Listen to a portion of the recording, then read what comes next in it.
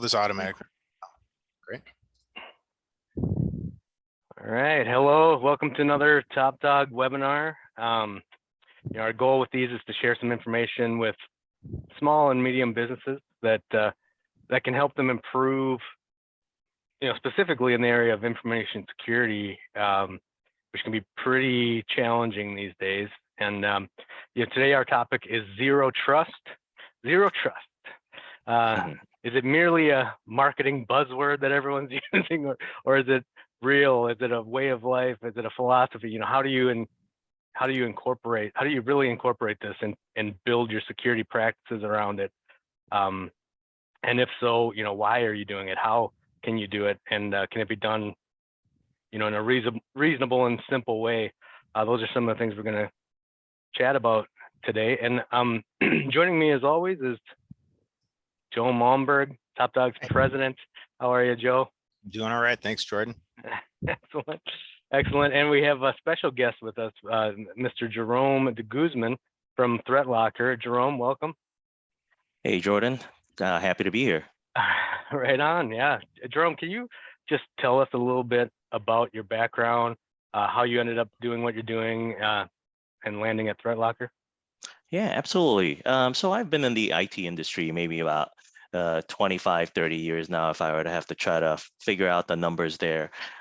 Truth be told, my interest in this area has never been about, IT or computers or whatnot in general, right?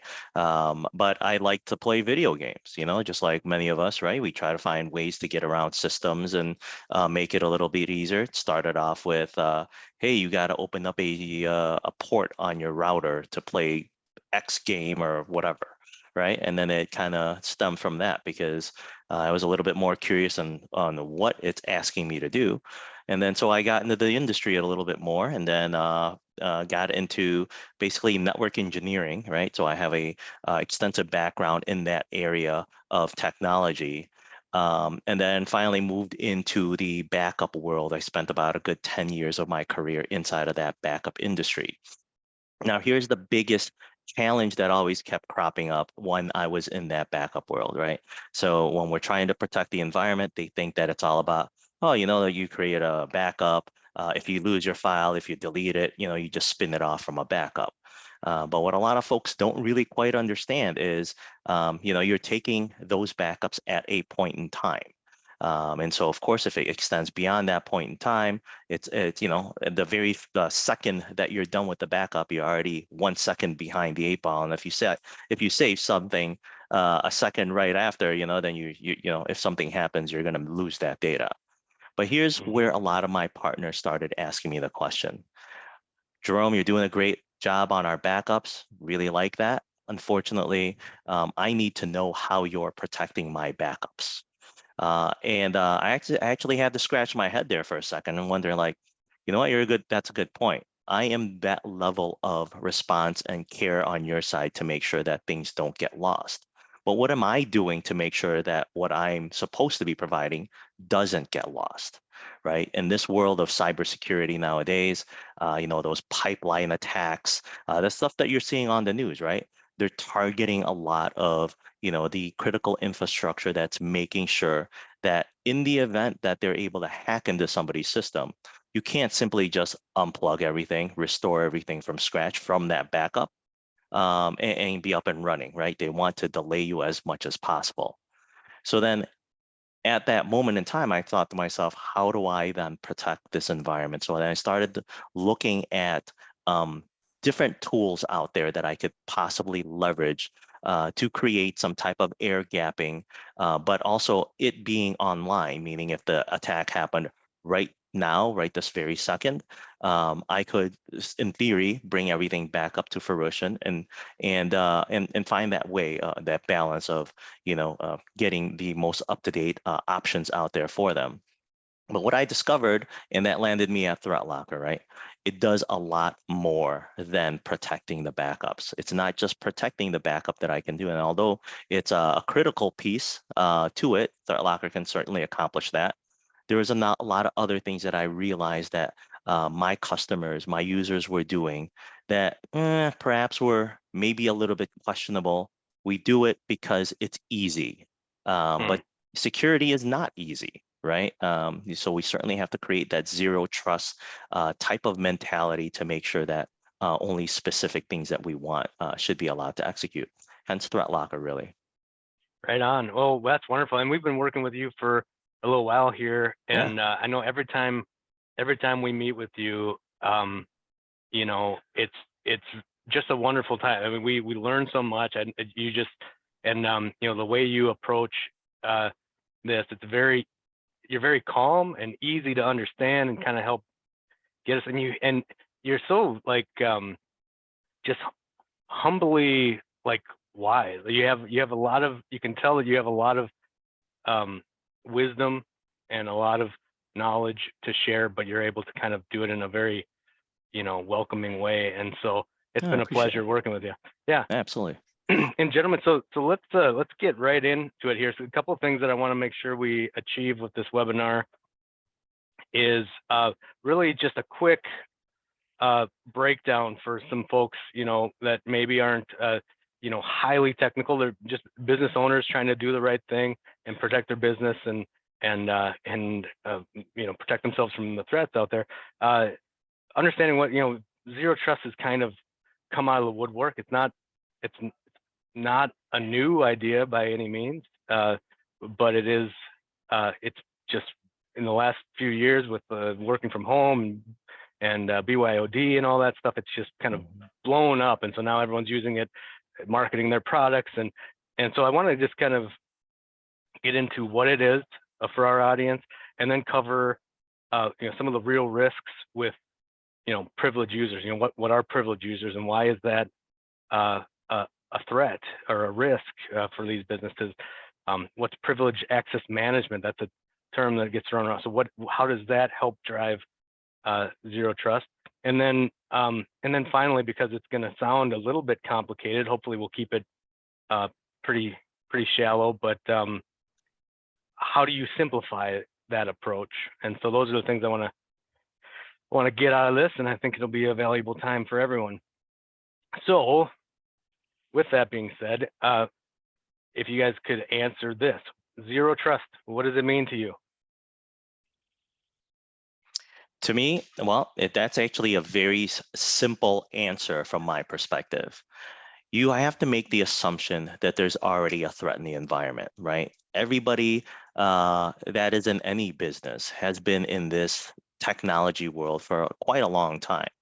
So you already have systems. You could have been in business for 10, 20, 30, 40 years. So you're not doing anything, generally speaking, to make sure that every single computer is in good shape. You're probably going to go back there and figure out like, oh, that guy is on Windows XP still. You know, you're going to find those individuals that are still lingering around, maybe even some Windows 95, right? Because IT is a patching type of world, right?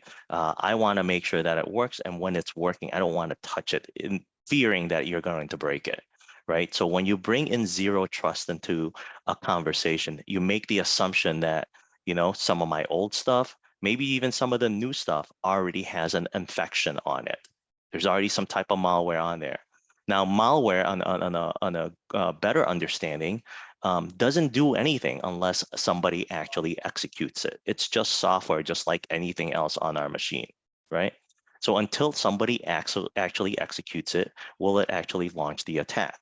So then what zero trust does, it prevents that lateral movement. If somebody essentially is able to somehow launch it inadvertently, right? If I'm able to trick somebody to launch something, I'm able to minimize my risk, you know, create that zero trust. Because I am not essentially profiled that particular application to run in the first place, it shouldn't be able to run, even though it's sitting on the computer. Right on, yeah. That's good, Joe. What do you think? I don't know if I can add a whole lot more to that. I mean, really, a lot of it, as Jerome said, it's in the name, right? It's the creation of it's an environment that's been created that trusts no single thing that's on the network. So you're creating an environment that you can put an infected machine on that it will not have the ability to infect other devices on the network. Yep. So you know, to his point, bringing in an old, out of date, unsupported operating system, God help us if a Windows XP machine tries to join one of our networks in a zero trust environment. That thing is a huge security hole or threat. And the act of having it on a regular network puts the entire network at risk. With a zero trust framework, it mitigates that significantly, and the intent is so that you can have those on the network without them opening up a hole to the entire network. So yeah, I think another way to break it down is, I think about it like going through CISSP. You kind of learn this idea of trust but verify, right? And I used to kind of preach that. Okay, you can trust that. Okay, you think you got an email from your boss. Okay, you trust your boss, but now let's verify it's from him. Zero trust to me is kind of flipping that into don't trust, always verify. Sure. And so you get that kind of idea, which then makes it, okay, so if you don't trust anything and you're verifying everything, it can get complicated pretty fast. So let's move then into privileged users. So, and how that factors into it. So explain what we would mean by privileged users and maybe some risks surrounding that. Sure, absolutely. No, I can get started with that. Let's face it, right? In the beginning stages, the need for actual user privilege versus privileged users didn't exist. You buy your computer off the shelf, you got privileged access rights right off the bat, right? So if it's not on a domain, if it doesn't belong to anything, you have that admin credential. And so what's the very first thing you do when you have that computer? You really have to know a whole lot more other than, hey, I know I want this application, that application, all sorts of different things that you're trying to migrate from your old computer into your new computer. And that's what you're used to, that's what all your users are used to. You're sitting at home, I want my new computer and I want to load all my games and things like that on it. And that unfortunately causes a lot of problems. It's not just from a malware perspective. It causes, lack of productivity in some cases, distraction from what they're doing. And, it could even, run the risk of causing lives to get ruined, right? Because you're not paying attention and not doing what you're supposed to do because you have that ability to add things into the environment where you shouldn't be in the first place. So privileged access management is really controlling what type of credentialing individuals have to be able to add in, additional things on their computer. Funny thing is, from my perspective, and of course, I am here at ThreatLocker, and my point of view is not necessarily to have administrators in the environment. I actually would prefer nobody have administrative credentials, including the administrators themselves. But you might say, well, the administrators need to be able to do their work. 100%, I absolutely agree with that. But you don't need it all the time. Administrators are checking emails just like everybody else. So why do I have to be an administrator to check my email? Not a necessary thing. But if my job is to administer the environment, I need to be able to, get that system privilege of some sort so I can install something. Why don't I have a mechanism to just turn it on only when I need it? Because if I have that privilege all the time, every time, anybody can sneak in. If somebody was able to basically get a hold of my credentials, they can do whatever they want. They can run amok and format absolutely everything. I mean, for those that have that user privilege account, how many times you're like, oh, you think it's normal behavior, and all of a sudden you get that UAC prompt. And then now you're thinking, oh, they're making my life hard here at work. They're just trying to protect you, right? They're just trying to make sure that bad things don't happen. And if there is and I'm in agreement with them that there's got to be a simpler and easier way to make that happen. And I think, the ThreatLocker product certainly does that, because that privileged access capability is one of the things that we offer as a product.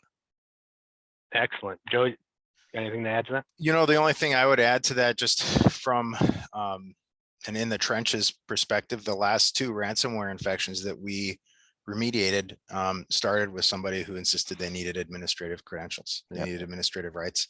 And we've brought this product into our information security stack. So anybody that's got that is going to get this now, and it would have stopped both of those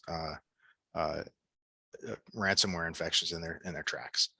Yeah. They simply wouldn't have been able to even launch in the first place, and then they wouldn't have been able to certainly run as an administrator. So yeah, it's a really big deal. And to Jerome's point, it's super convenient to run as an administrator. I can see why people want to do it. And it's a pain when you can't do something that you want to do.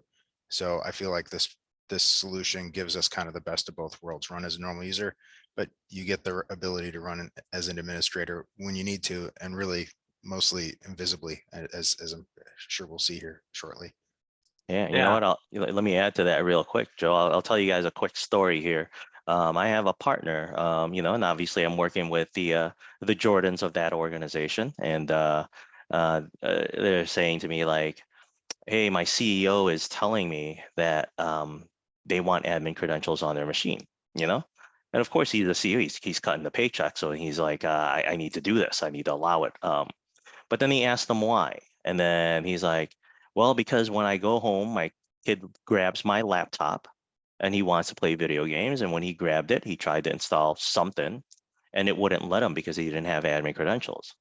So here's what essentially happened in the end. The IT person said, you own this company. You can decide, you have option A. We can buy him a $300 laptop, or, you can do whichever way you want. What you're doing right now is letting him use your laptop. So he let him use it, and he had ThreatLocker on the machine. Here's what's interesting about it. The IT person didn't remove ThreatLocker altogether. He left it in what's called a monitoring state. So the kid could install whatever he wants. Fast forward a couple of months later, he does get hit with malware, right? Having ThreatLocker on there helped them at least diagnose where it came from. And where it got really interesting, if for many of you guys out there that have been around in the industry a while, like in the early 90s when that I Love You virus came around, it was a very similar attack like the I Love You virus. One person opens it, as part of opening that file, it tries to propagate to everything else, right? So then when that occurred in the environment, you could see that this computer was trying to send this malware out to everybody else in their environment because they had ThreatLocker, zero trust and no admin credentials, and they were locking all of that down. It wasn't able to actually propagate it. Of course, the CEO's machine was trashed at that point, but at least nobody else got affected. Yeah, I won't let my kids touch my computer with a 9-foot pole. I agree. It would be destroyed in minutes. Yeah.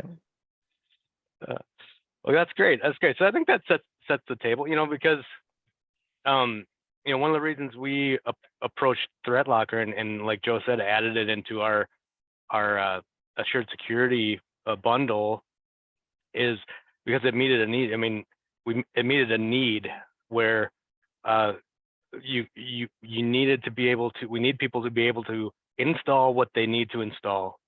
Sure. And without giving them the keys to the kingdom and let things, like you said, Jerome, go amok. And so, with this, it seemed to be a simple way to manage it. And if you tune the dials right, it's almost, because every business should know what's installed on their machines. You should. I know it takes a little bit of work, but you should have kind of an inventory of, okay, this is the stuff that needs to be on our machines, needs to be downloaded, installed, and executed by our staff to do business. And once you have that, and ThreatLocker can kind of help us, figure out what those are. If you don't know, it kind of give you an inventory. This is what is running. Is it approved or not? Once you have that tuned in, then it really is less intrusive than some of the things that we have been doing to try to address privileged users. So it's really exciting. Joe, do you have any other thoughts on just why maybe we looked at ThreatLocker before Jerome kind of gets into talking? Well, I mean, I think the thing for me is we really haven't had a solution like this available for small businesses. This has been out of the reach for us for a really long time. This is an enterprise level solution that has been brought down to our level. And it's, in my opinion, it's a piece of the security puzzle. It's every single one of the audits that I've been involved in. It's been a line item that's been asked about. It's just been a serious challenge to implement. This makes it a lot easier to do. It's a whole heck of a lot more user friendly than anything I've seen before. And yeah, to my point earlier, it's finally accessible to us little guys. All right, great. Yeah, then Jerome, do you want to kind of dive us into it a bit? Absolutely, absolutely. I think you know, that initial discussion really hits the nail on the head of, you know, how this presentation is going to go, because it asks all the same questions that I would be asking as well. You know, first and foremost, right? People would want to know, you know, what the security angle is, what is really happening in our environment, right? You know, for all of you guys out there on the phone or listening to this broadcast, right? When you consider how we protected environments in the past, it's all about, first we train, you know, our end users. Don't click on that link, you know, make sure to check the link first before you follow it, etc., that type of thing. Don't pick up a USB drive in the parking lot and just plug it in your computer thinking everything is all good. And, you know, quite honestly, you know, that used to fool me all the time. It's not that I needed the USB drive. I was just curious what was on it. So I used to plug things in all the time, even though I knew better, right? Curiosity, you know, gets the best of us most of the time here. So there's that aspect of security, right? But then there's the detection piece that everybody is used to. We do it at home. We do it at work. You know, what we do at home, right, is our antivirus. You know, everybody has one, effective or not. We still assume that we better have one. Yet, for some reason, we always get viruses anyway at some point in time. It's simply just not enough protection. These other items here, these EDRs, MDRs, much more effective, better understanding, better definition, smarter at detecting things, trying to find, you know, the flaws in our environment. Guarantee that these are items that, you know, of course, the Top Dog team is already providing you today, including some of this anti-phishing app options, because it is just what the security landscape has always been. You know, fast forward to, you know, nowadays, you know, even the White House is now saying that the best form of security is to use a zero trust model. And that means, generally speaking, is controlling instead of detecting, right? Instead of using the human as the method of understanding what needs to happen, let's control instead how things are happening. First and foremost example, right? You probably had realized back in, I'd say it's been about 10 years now. One day I tried to log into my Chase account. All of a sudden, Chase asked me to send an email to them.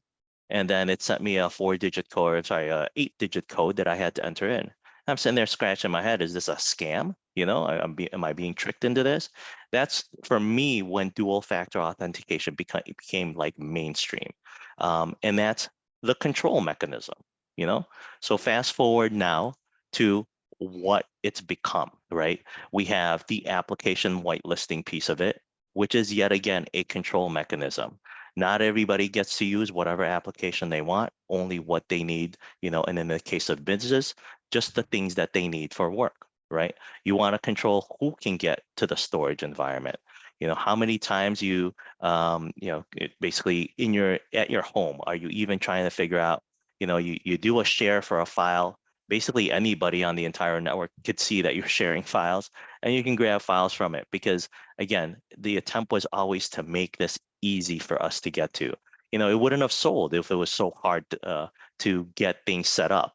So you know, Microsoft had made mechanisms inside of their software that joining you on the network when you get home, when you fire up a computer, you all hear that that's technical, know that there's a lot of stuff that's happening on the background, but Microsoft made it easy so that it's easy for you to basically get hooked on using their product, right?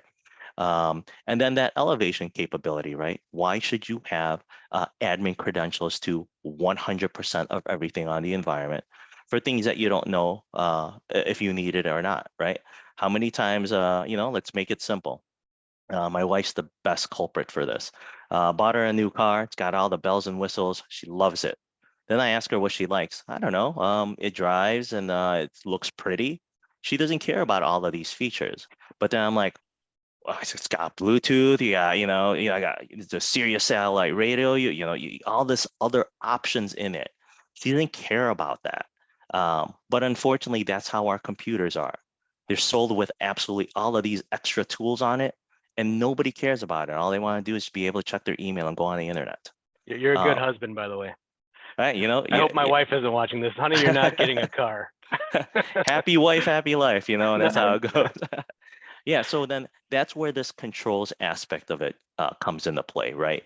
Our computers are coming with all of these tools and capabilities, and most of our users, including myself, don't use half of the things that it can do, right? Because there's only specific things I need to do myself.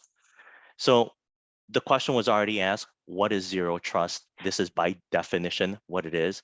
But what I want to highlight here, bare minimum that they need to perform their jobs.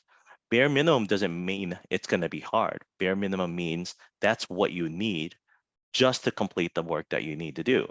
Now, of course, your company might say, well, am I going to allow them to check their personal email? Everybody has a mobile device nowadays. They can check their personal email from their cell phones. But then again, at the same time, maybe I'll add the functionality of them to be able to do a little bit more, not be so stringent. But with anything that I open up, it causes a little bit of an inherent risk. So it's allow what you need and block everything else. And that's where ThreatLocker comes into play. What you essentially do in the initial phase of this whole concept is to install, Jordon will take care of getting ThreatLocker installed on your machine. It will learn all of the different things that you have on your computer already. And then by doing that, and he had mentioned this earlier, the whole cataloging aspect of it. Doing that manually is a tedious task, and that's where I think you know the top dog is making it a priority to make sure that all of the things that you need is allowed to run. Because if you relied on a human, not to say that the team at Top Dog is doing great and not doing great, but the problem is, right, you're always going to miss things when it's a human trying to create all of those different rules.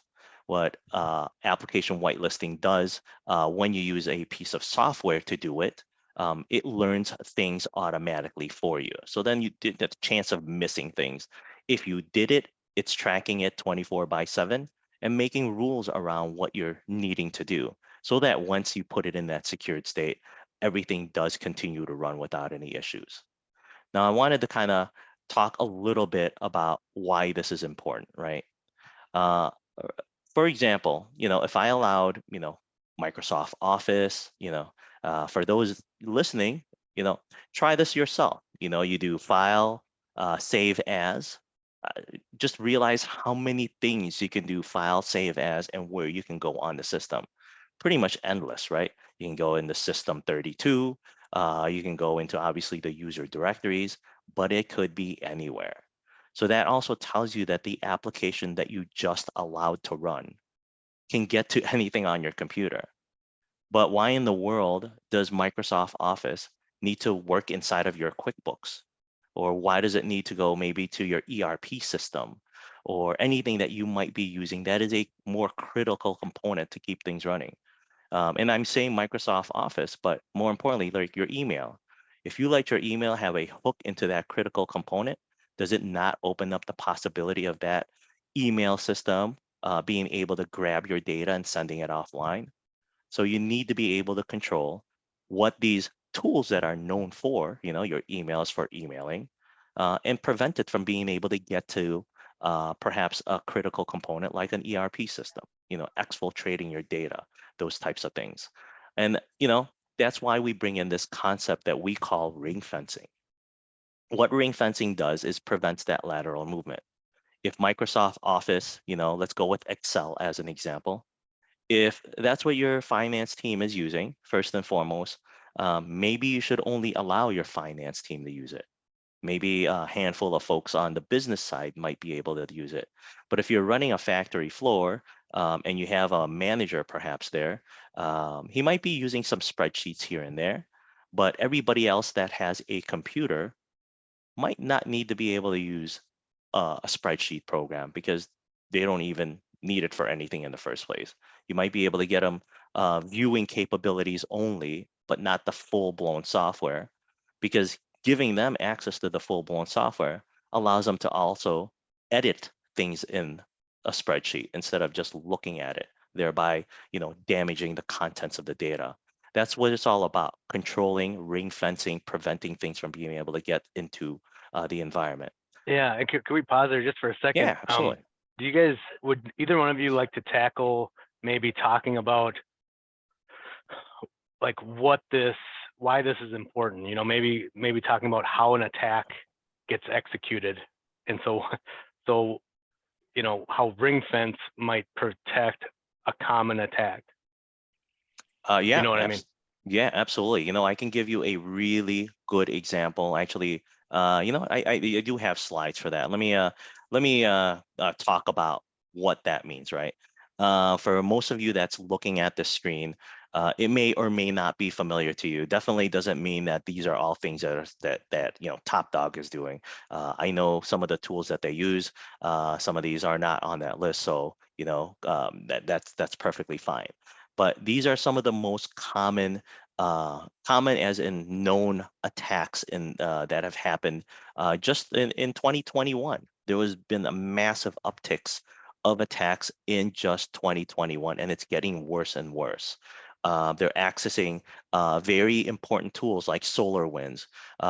If anybody's heard of the term supply chain attack, SolarWinds is a supply chain, basically using a backdoor method into a tool to basically deliver their malicious payload. Kaseya was a RMM product that use RMM being remote monitoring and management. Think about if somebody can get a hold of your remote monitoring and management tool just by the sheer name of it. It already tells you what could be the issue there. Printing here, print nightmare is what they had called it, right? They were able to execute this malicious code on the printer it's not even just the Windows machine anymore. They're attacking our devices to propagate things. Log4j was what they were saying is possibly the most widespread attack that had ever occurred, and it happened in late 2021. What it does is because it's a Java component. Again, all of us here probably don't use Java directly, except for maybe some of the developers. But that's just it. The developers had developed a number of tools for a number of different applications. So we might not think we're using Java, but quite honestly, I would venture to guess maybe everybody here is using it. We just don't know that we are. So I'll give you an example. Here's the Exchange vulnerability. Exchange is again, a very common Microsoft services tool. Let's talk about what happened there. This is going to get a little bit technical, but I'm going to try to make this as simple as I can. This is something that happens, this is the view into the ThreatLocker portal. I had a customer, so this is a true story, 100% true story. I had a customer see this happen. It was showing up in their ThreatLocker log. start.bat out of the startup directory. They didn't do that. And so when they saw it get denied by ThreatLocker, they were scratching their head wondering, what in the world could it possibly be, right? So then they dug in a little bit further. Virus total is a way to check if is this a virus or not. That's the best way to describe what virus total was. As you can see here, there's no matches found. So some people might stop there and be like, oh, it's not a virus because it doesn't match anything. Not good enough. Of course, if it doesn't have anything in here that says if it's good or bad, you should really dig further, because this could be a brand new virus and nobody knows about it. And as a hint, that's exactly what happened here. It was a brand new virus and nobody had a clue what this was. So then fast forward a little bit, right? He started looking for this. How did this happen? So it wasn't even a person that put it on the computer, right? A component inside of their computer was basically hacked. And that's what added it to the computer itself, right? So then now they're like, there's no reason for this to be doing that. So what they did is they took this file and put it on another computer, that's not plugged into the network, that's not established or anything anywhere else. I'm going to kind of go through these next slides pretty quickly because it is a lot of, technical jargon, but to make it simple, notice it's going to HTTPS something, right? We all know what that is, right? It's going to the internet. They executed it and this file started going to the internet, right? And at this point was trying to pull down malicious code. So when they saw that it was going to the internet, they put the computer and plugged it onto the internet so that they could see what it was going to try to do. Again, at this point, they've isolated the computer so it wasn't going to cause any harm, but they just wanted to see exactly what would happen. And so as they plugged it in, it went out to another internet website as well, started pulling down all of this code, right? And after, again, all of this is happening in the background. See this psexec.exe? That is a tool very much like a remote control. If you ever had a remote control car when you're younger, the car is buzzing around, you're using psexec.exe to control that car in this example. So somebody was able to get a hold of their system, and then it started creating a group policy. This is, again, where you're able to have that administrative rights as the top dog folks were talking about here, as Joe was talking about. If you have that admin credential, right, you can create policies in the environment. And that granting of policies that happened here, right, you can already see a bunch of gibberish in the background. What does that mean? It means it was already encrypting the data, right? Having that admin credential started encrypting all of that data. And then, of course, as we continue further, what happened in the end? Here comes the malware attack. Go pay me some money on Bitcoin and I will release your data. So what happened there? That lateral movement, that ring fencing. Exchange is a approved product. This is the logo for PowerShell. Exchange called PowerShell. Doesn't really matter if you know what PowerShell is or not, but certainly the application shouldn't have been talking to anybody else anyway. That's where the problem comes in. And for those that are on the phone here, right? Do you even use PowerShell? And believe it or not, 9 times out of 10, the answer is no. I don't even know what it is. However, the key here to understand is every single computer on this Windows computer on the planet has PowerShell built into it. And that's what we need to protect. It's able to do these types of things, and the hacker knew that. So he leveraged Exchange, called that tool that he knew that would be on the computer to launch his attack on the environment. And an antivirus isn't going to detect this, right? I mean, these are Yep. tools that exist on your computer that are allowed to be used, and someone's just, because they're using one tool to leverage another tool. Yep. Now they're able to do something malicious. Yeah, actually, let's back it up a little bit here to kind of, hammer that conversation home. If a virus was able to, or an antivirus would have been able to detect this, it would have showed up on here. It would have said that, oh, so-and-so antivirus, McAfee, Symantec, whatever the case may be. Oh, I know what you are. You're some malicious code. Don't let you run. Unfortunately, this was what the result when they checked the antivirus if this was something bad. So therefore, because it doesn't know what it is, it would have just ran no problems. Great point there, Jordan. I appreciate that. Okay, so that's why we need to do this thing, right? These tools, command prompt, I know many of you are familiar with command prompt, and of course the PowerShell tools, regserve, run DLL, there's so many different tools on our computer that comes packaged with it already, right? We don't want that to be able to call the internet. We're probably not even using it. So why would I even let it get to the internet in the first place? If you have your computer kind of like, everything seems to be going well, and then all of a sudden it seems to be slow, it might be because one of these things is calling out to the internet and you don't even know it. It could do it all in the background. Nothing has to be displayed on the screen to let you know that it's happening. It's just one of those things. I'm not saying that when your computer is running slow that something bad is happening. I'm saying that when your computer is running slow, it might be a good time to kind of pause for a second and think, maybe something is happening that I don't know is happening. And of course, We have our backup technologies out there. You need to be able to control the storage, as well as, the privilege access management piece to it. I got a lot of folks here probably listening that are business owners. A lot of you guys probably at one point or another have used QuickBooks. How frustrating was it every time when it was tax time and you wanted to go run that QuickBooks and QuickBooks said, hey, it's 2022 now. You need to update that software. And what is the end result? You also get this big old pop-up that says, hey, you don't have that admin credentials to run that either. So then now here goes that ticket.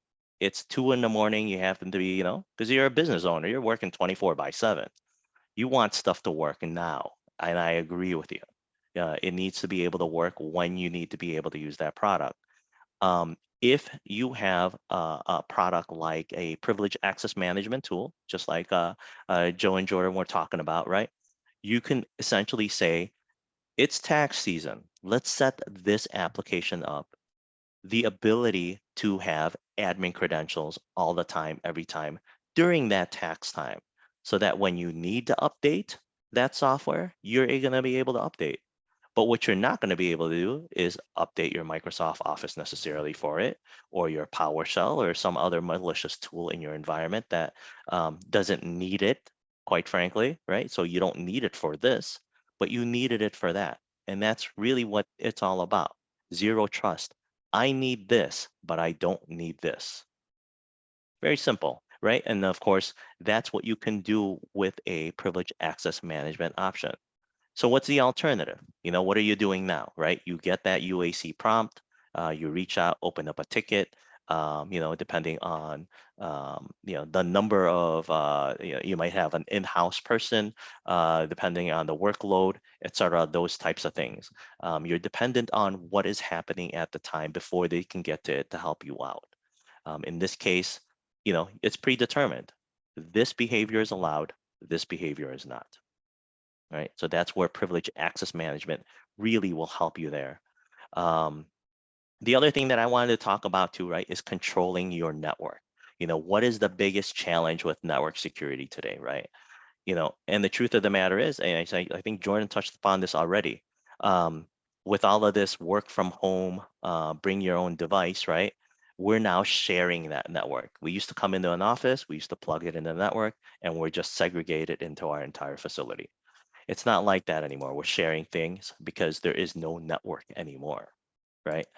We share it with everybody, including Russia. We share it with China.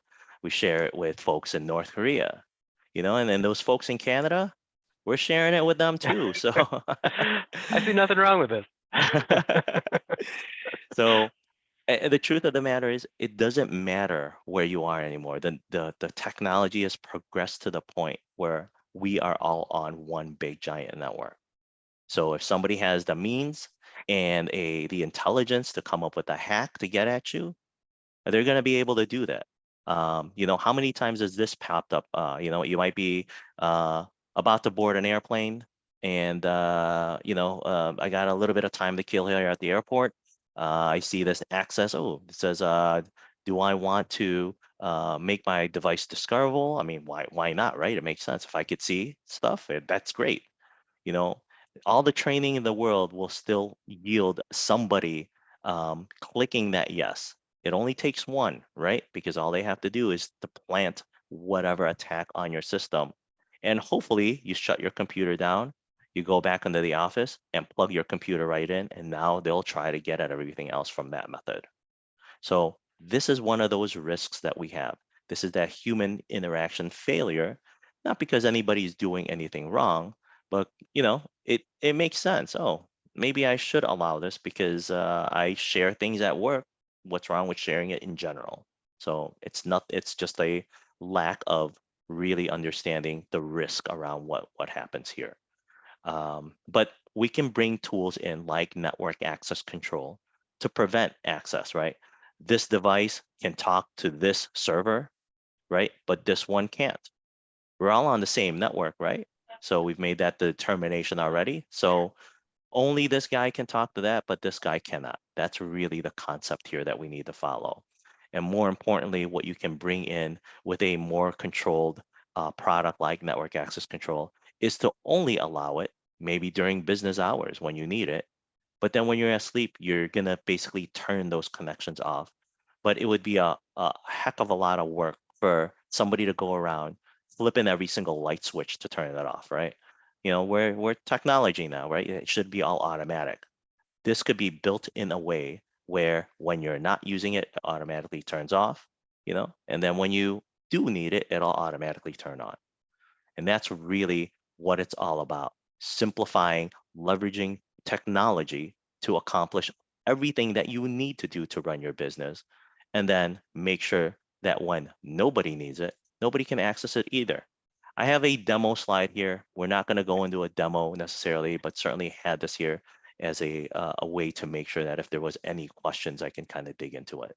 Yeah. So let's do that. Just as we're kind of wrapping up here, Sure. anyone who's attending, if you have questions, please send them in. We'll take a little bit of time to answer them. And maybe, as we're waiting for some questions to come in, maybe it's good to maybe touch on if a company implements this. Let's say that they understand now why having privileged users operating all the time is a risk, and they're ready to kind of manage that with something like this. What does it look like, and how easy is it to respond if they do need admin rights for something? If they, how Sure. does that look and feel? Yeah, no, absolutely. Let me show you real quick. And again, this is how quick it is that I could be comfortable showing my screen again and kind of walk through it. This is actually the portal that Jordan and them are going to be using, for example. Let's say I wanted to install something. And of course, because I am a user, I can't essentially use it, right? I need to ask for permission, so to speak. I'll go ahead and run this application right here, and when I go to run it, it tells me, hey, you can't use this, right? And so because I'm not going to be able to use this, actually, let me reset my screen here. I should be getting a pop-up, and here goes the pop-up now, right? The pop-up is looking like that. It's easy enough for you to request access. Obviously, for anybody, right? We would want to make sure we ask for it. So I need this to do my job. I mean, that's really the point, right? It's something that I need. And here's what's funny about your business owners over there that might be looking at this. Having this option alone will be enough to deter a lot of maybe the maybe somebody working at the front desk from installing whatever they want, right? Because when they get that pop up, they're gonna be like, ooh, they're gonna know that I actually wanted this. So then they'll stop some of those things dead in its track. Yeah, and hopefully it then leads to they're only requesting things that they actually need for their job, which 100%. we all want people to be able to do their job. Yep, absolutely. So then, of course, in this case, we'll send the request in. I put my email address on there. It'll hit my approval center, right? Here it is coming into play. I'll go ahead and view it. And I'm just gonna, me as the administrator, here it is. I'm gonna allow it. I'm going to select the application that it is. I'm going to permit it, and I'm gonna allow it for just that computer. That's all it would take.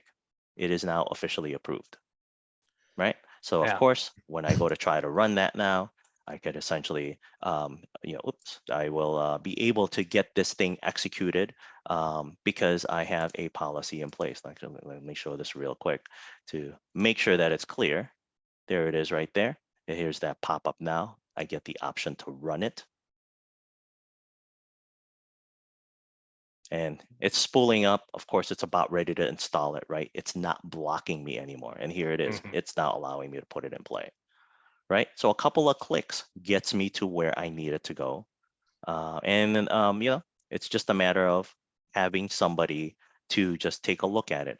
Obviously, it should take a little bit longer. I don't expect them to be like, oh, I know what that is. Click on that and let it go. They Right. got to check it. They got to make sure that why are you using that in the first place? Well, and again, we're talking about it's preventing it because it wasn't an approved application to begin with. So correct. So, if we rewind just a bit in the process, part of the process is making sure that we understand what is approved already. And then it's not blocking people from any installs. It's blocking people from installs that weren't already approved.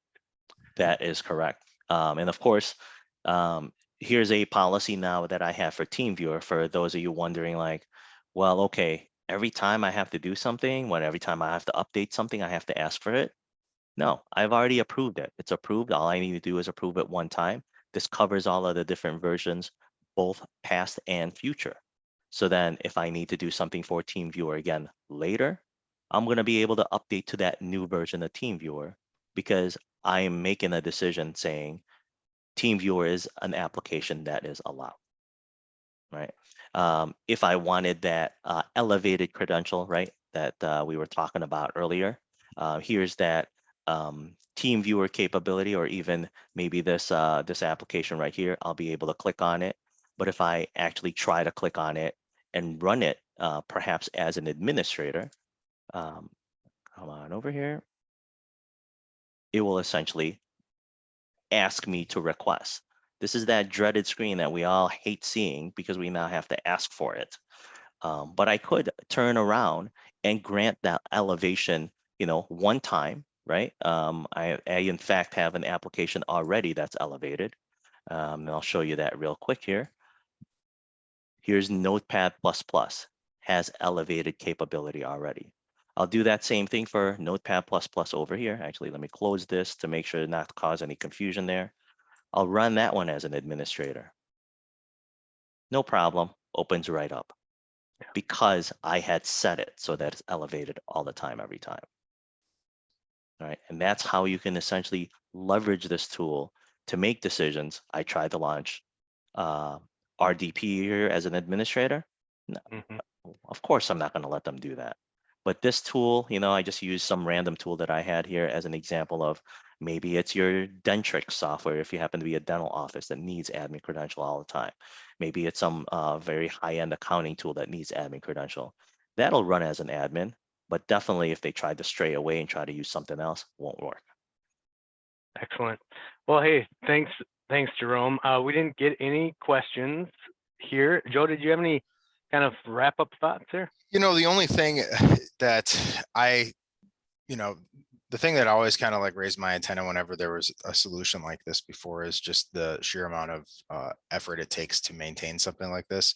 And one of the really nice components of it, if you may, for end users, they probably don't care about the fact that ThreatLocker has done so much of this for us because we're the ones that have to deal with it. But you should appreciate the fact that it's going to be very efficient. And specifically what I'm talking about is if you're an organization that needs to run something like Zoom, we can say, all right, well, Zoom is authorized for your organization, and we can create a policy to authorize Zoom for your entire organization. We can authorize the ability for users to automatically update the application on their own as their user, elevate rights if we need to. And that's all being taken care of by ThreatLocker and their team. We don't have to kind of babysit that application because those are their quote unquote built-in ones, which is awesome because they have a lot of really popular apps already done. So we don't have to put that effort in. But to that same end, they give us the framework to build our own policies. So, every single company we work with has a special line of business application.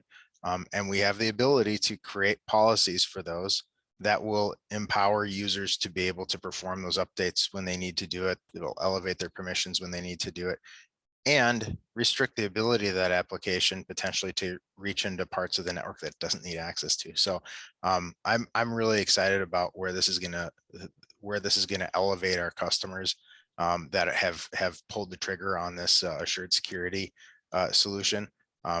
It's something that not a lot of people have access to yet, but I think we're going to see in the coming years that it's going to be a requirement, and it's a requirement that's hard to find. It's a requirement that's hard to implement. And I think we've got a great solution to be able to do that now. And it's important, we mentioned this on previous webinars, but it's being asked on cyber insurance applications. You'll see it as maybe referred to as application whitelisting. Do you do that? And this tool can help give you that ability. So, all right, boys. Well, thanks for Jerome. We really appreciate you sharing your expertise with us, Joe. And I think this was really helpful. Yep, thank you for having me, and I always appreciate being here. And if there's ever any chance that you guys need me to get more in depth with some of the technical folks out there, I'd love to do that as well. So, Wonderful. all All right, right. Have a wonderful day. Thank And you. wonderful week. Jerome, get some thanks. sleep. Yep, absolutely. Talk to you later. Bye bye. Okay, bye.